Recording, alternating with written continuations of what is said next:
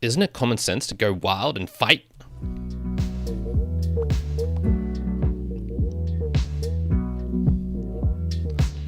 Welcome everyone to another episode of the Mere Mortals Book Reviews. I'm your host here, Kyron, live on the 12th of March 2025. And as you might surmise, this is the podcast where I swear and serve my allegiance to the English king. Long live the king. Okay, no, none of that's going to be happening today on this podcast. And indeed, none of it was done by this author, Thomas Paine, and his book that I've got here, Common Sense, which is a civics classics with an introduction by Richard Beeman. Now, this, even though is technically in a book form of about 73 pages for the first half of it, but it gets up into like 100 and something, 112, 113, probably took me about 3 hours to get through in total. It was originally published as a pamphlet in 1776, and so this was distributed right before the start of the American Revolution. So the bulk of it is of this pamphlet, I guess, with two little sections at the back, an appendix here, and then also an introduction to the American Crisis, which was, I believe, a series of other essays that he wrote on America and things like this. So you get like a tiny little snippet of it. So even though it's in book form, most of this is around the actual pamphlet titled Common Sense. So in it, he makes arguments for why America and Americans should break away from the English rule of the time, which was the monarchy under King someone. I can't even remember who it was, King William maybe. And to become their own independent country and not just a colony. So a lot of this focuses on the, I guess, the religious undertone arguments of kings and their iffiness based on the Bible, but then also on the ideas of freedom, of the illegitimacy of the rule of the kings, of the hereditary rule, of why America is deserving of its own independence and things like this. So he gets into all of that in his main article here, which I guess gets us on to the very first theme and the main one. What was the American Revolution based upon? Now, if you're like me, this can actually be an insight into, I suppose, the start of America, and particularly with a bit of more of perhaps of an objective view. I'm an Australian. I grew up here. I have no links to England, so on either side of this, I have no real allegiance to neither the American Declaration of Independence nor to the English monarchy. So maybe I can give you a little bit of insight into perhaps the starting of America without any of the strength of emotion which is typically carried with it. What I really took from this book, and I'm going to say book even though it was a pamphlet, was the, I guess, real moral arguments that was coming from what he was talking about, rather than the undertones of practicality. So even though you do get some minor insights into the problems of the day or things that were happening in America, such as how they had a strong navy, so this was an argument of why they could actually fight for their own independence, of how they had no debt compared to Britain's apparently enormous high debt of 140 million sterling, which lol, today we would laugh at that, their access to trade. But a lot of these were minor. He didn't really talk about the living conditions of the time. He didn't talk about really the boots on the ground reports of why the rule and the English rule at the time was so stifling or so bad in any particular ways. And I'll touch more upon why he didn't talk about these in the author section, because it is related to him as an American. Now, however, most of this was actually based upon the ruling of the English government and why it was illegitimate. So these moral arguments is what you really see coming through here.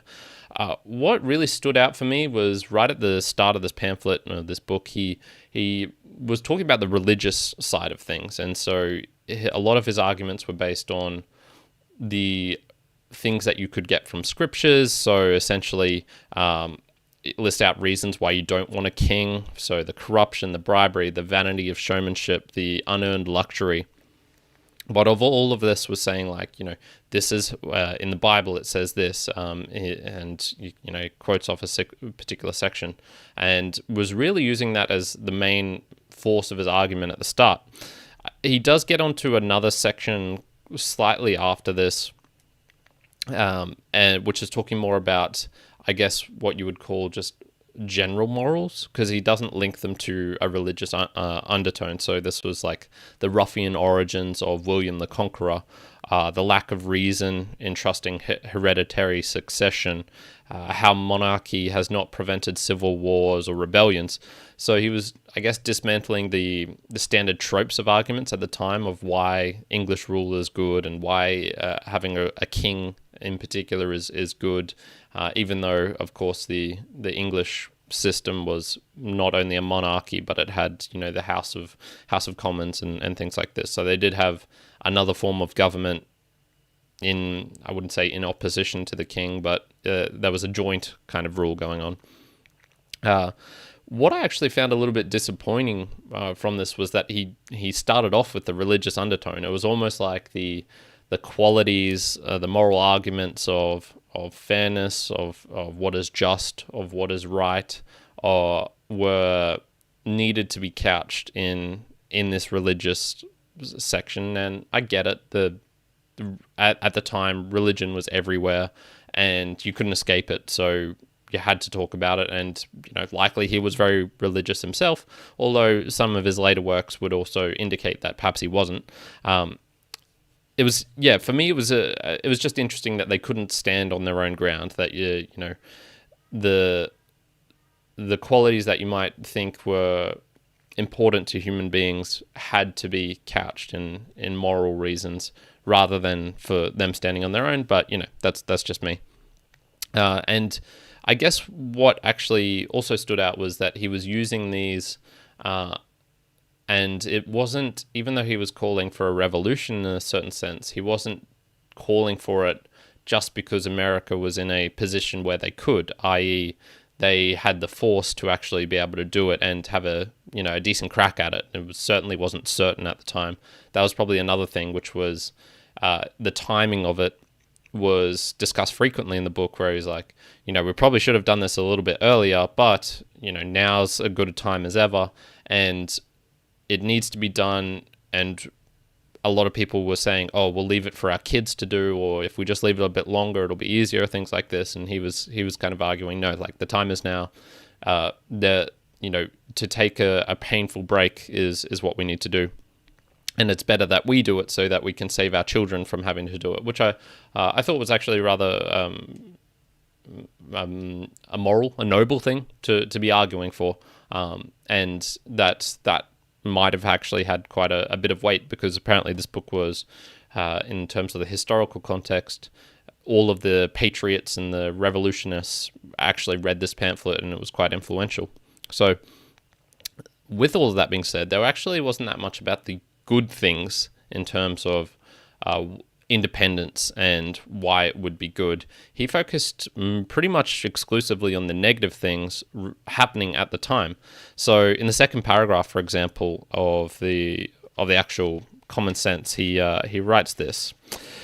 Society in every state is a blessing, but government, even in its best state, is but a necessary evil. In its worst state, an intolerable one. For when we suffer or are exposed to the same miseries by government, which we might expect in a country without government, our calamities is heightened by reflecting that we furnish the means by which we suffer.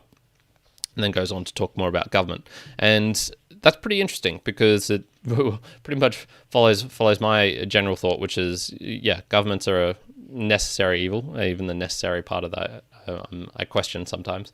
But he views them as it's not utopic, his pamphlet. He's not saying, we're going to gain independence and, let's fight. We need to do this revolution now. And then in the aftermath, we're going to have a utopia or anything like that. No, he pretty much is just arguing, we need to fight and let's do it now. So he doesn't talk about, what kind of rule will come afterwards. He touches very briefly upon, the type maybe of a republic that they could form. But it's more about escaping the clutches of a shitty government rather than moving towards a better one. And so there are some points on why they need to make sure another monarchy doesn't appear, for example, in the US. And this comes, I guess, more as a whole, as an impassioned call to arms, rather than a thought out idea of why a new government would make America any better than it currently is. Pretty lucky, to be honest, because usually revolutions like this, if I had to, I don't have the data in front of me, but I would argue, probably just based on my understanding of history, that most revolutions just end up with another despot, another king, who can be quite worse than the one you've just gotten rid of. So I think in some extent they're rather lucky that they not only had the person like Thomas Paine, the revolutionists, and people who were willing to fight, but also the George Washingtons, the people writing the Declaration of Independence, who they had something to fill the gap afterwards. So the last little section, I guess, there was a couple of minor hypotheticals that appeared in the book. So, for example, he was asking where does society stop and a government start? So, he starts self-listing a little tribe, or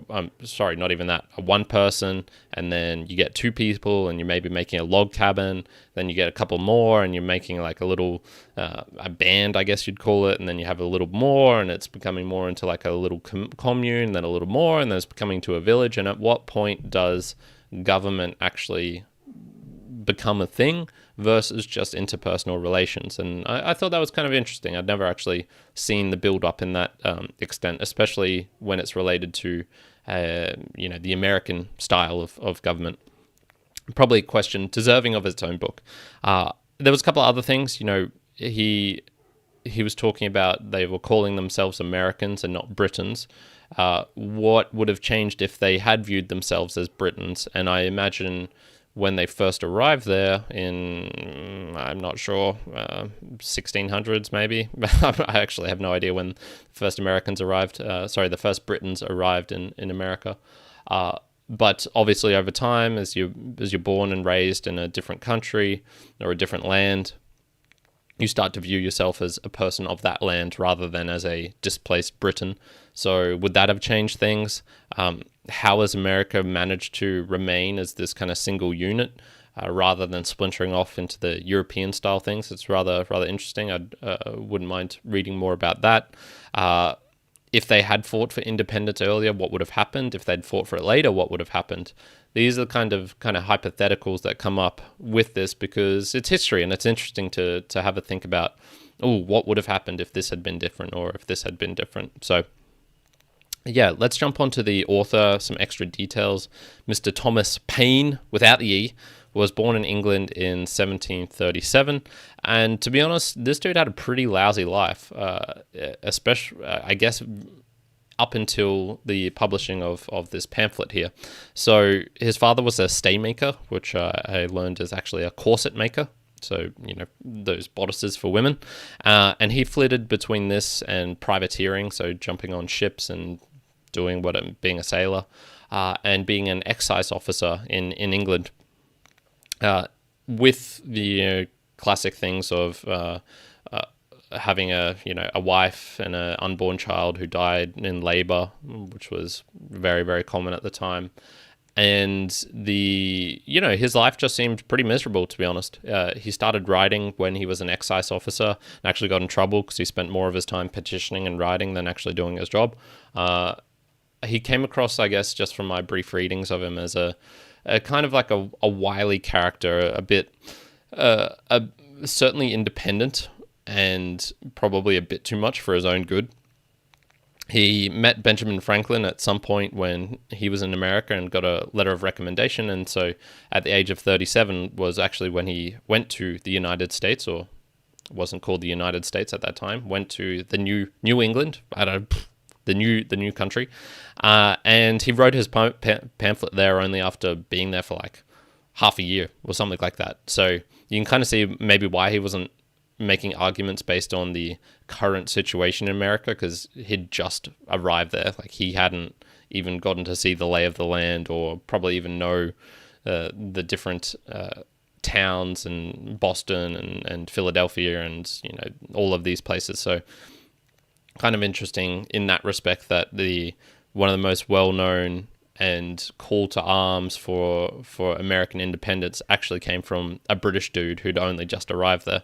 I didn't actually know that. So eventually he became instantly famous from this. He wrote some other things on the American crisis and stuff. So created and crafted a name for himself, but eventually led to ruin, because he was talking about revolutions, he was talking about governments, he was talking about religion in a more atheistic manner in terms of overthrowing government. So this was around the French Revolution time as well, which led him to prison, bankruptcy, and ultimately a rather ignominious death where no one really went to his funeral. I think maybe 6 people or something. So this is one of those times where I guess you can see the life of the man is reflected in his writings.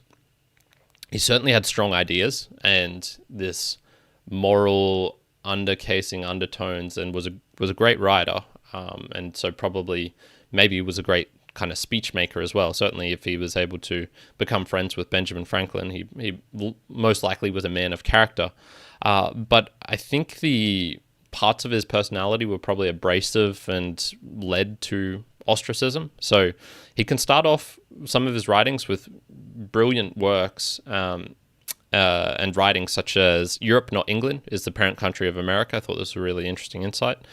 These are the times that try men's souls. This was on page 103 at the very start of I believe, the American crisis. So he certainly was a great writer, but I think there was something about him misreading the room as well. So he said stuff that probably should be worded more carefully and less forcefully, maybe is the better way of saying it. So there's rather strong parts in this where he calls out Americans who don't fight and who don't defect unworthy, with the heart of a coward and the spirit of a sycophant. So you can definitely see, like, okay, he's not afraid of calling people names, of being upfront in their face about what they should do. He's got this in the appendix.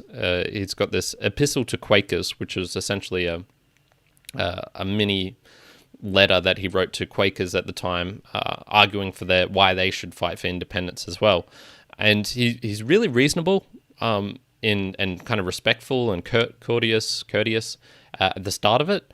But by the end of it, he's like questioning their adherence to their own faith, calling them names. It gets pretty full on. So it's just like, I can see why calling out kings and leaders in this direct style is asking for trouble.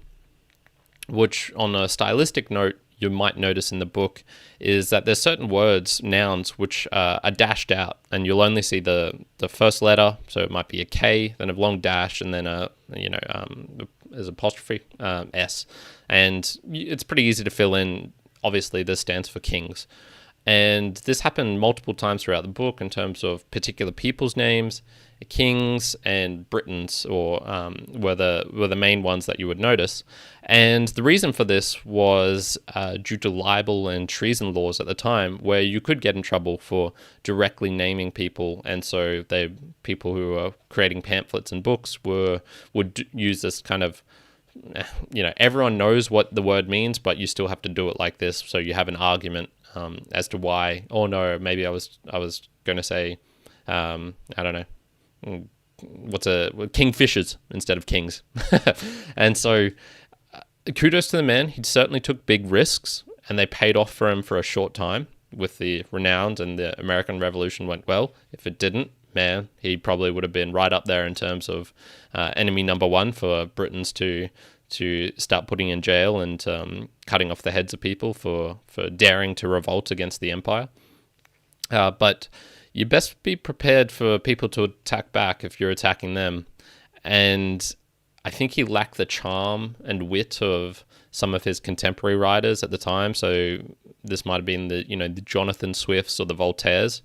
And then even people across history who write satire or who make this public commentary on governments or of people at the time, such as Mark Twain or Christopher Hitchens, for example. So he didn't really get away with, I guess, his writings in many a sense. So let's jump on to the final summary here.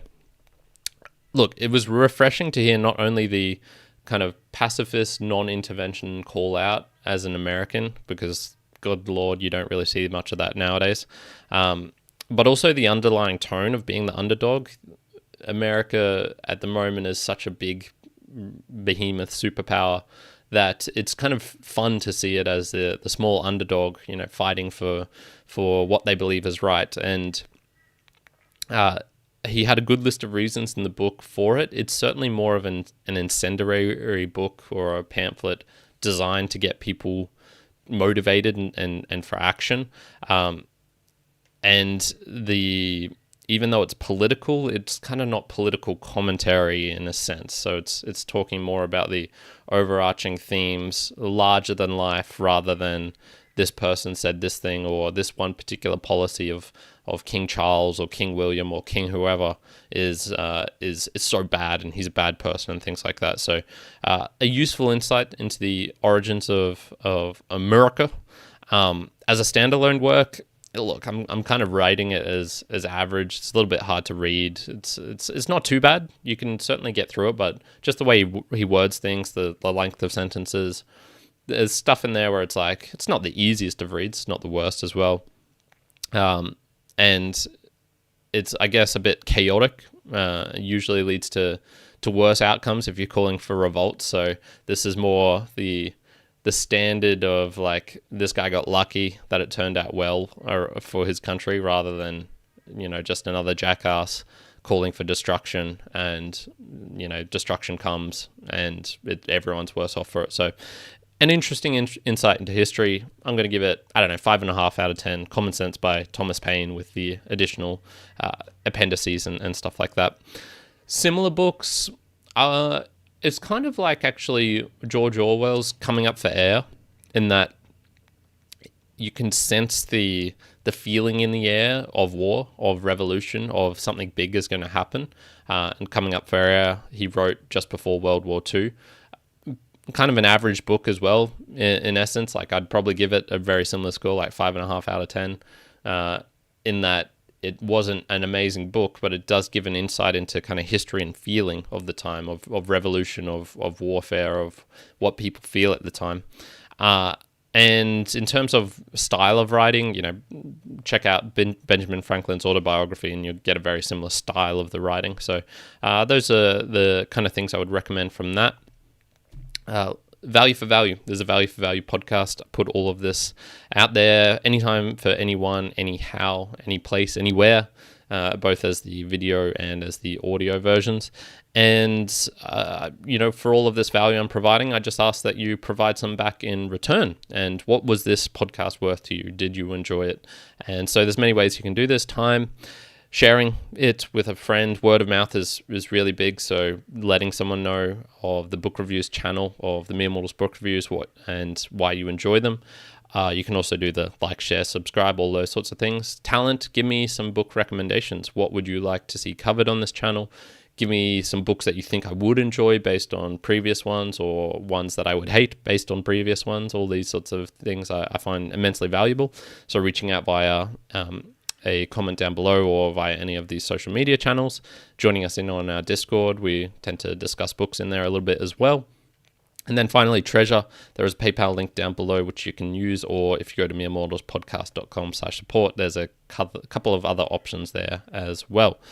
Finally, I'm live. I do these live 11 a.m. Australian Eastern Standard Time on a Wednesday. I see Juan in the chat and he was asking, do you feel like Paine was biased in that view? And I'm not really sure what view he's talking about, of that the English government was terrible, of that kings and monarchies were illegitimate. Well, I'd say history speaks for itself in that, no, a lot of people agreed with him, and hence we had the American Revolution. He certainly had a bias in that I think his time in England and his lack of success there, his kind of poor life, I imagine he would have felt constrained by perhaps the social norms of that place, and maybe even the government itself played a role in the constructing of those social norms. So, I mean, yeah, sure, he's biased, but there's a lot of terrible kings, but there were some cracking good ones too. And he does mention that. He says that is a case. You can have good kings, but man, roll of the dice, and by and large, probably across history, you're going to have more neutral to bad ones rather than good ones. So it's certainly a risk. And what's coming up next? I'm reading The Bilingual Brain at the moment, but other than that, I don't really have a huge selection of books. I need to get some from the library soon. Juan's coming up with another book review or another something after this one, I believe, in a couple of days' time, just a pre-recorded one. So, plenty of stuff still to come on the Book Reviews channel. I hope you're having a fantastic day wherever you are in the world, and ciao for now. Karen out. Bye!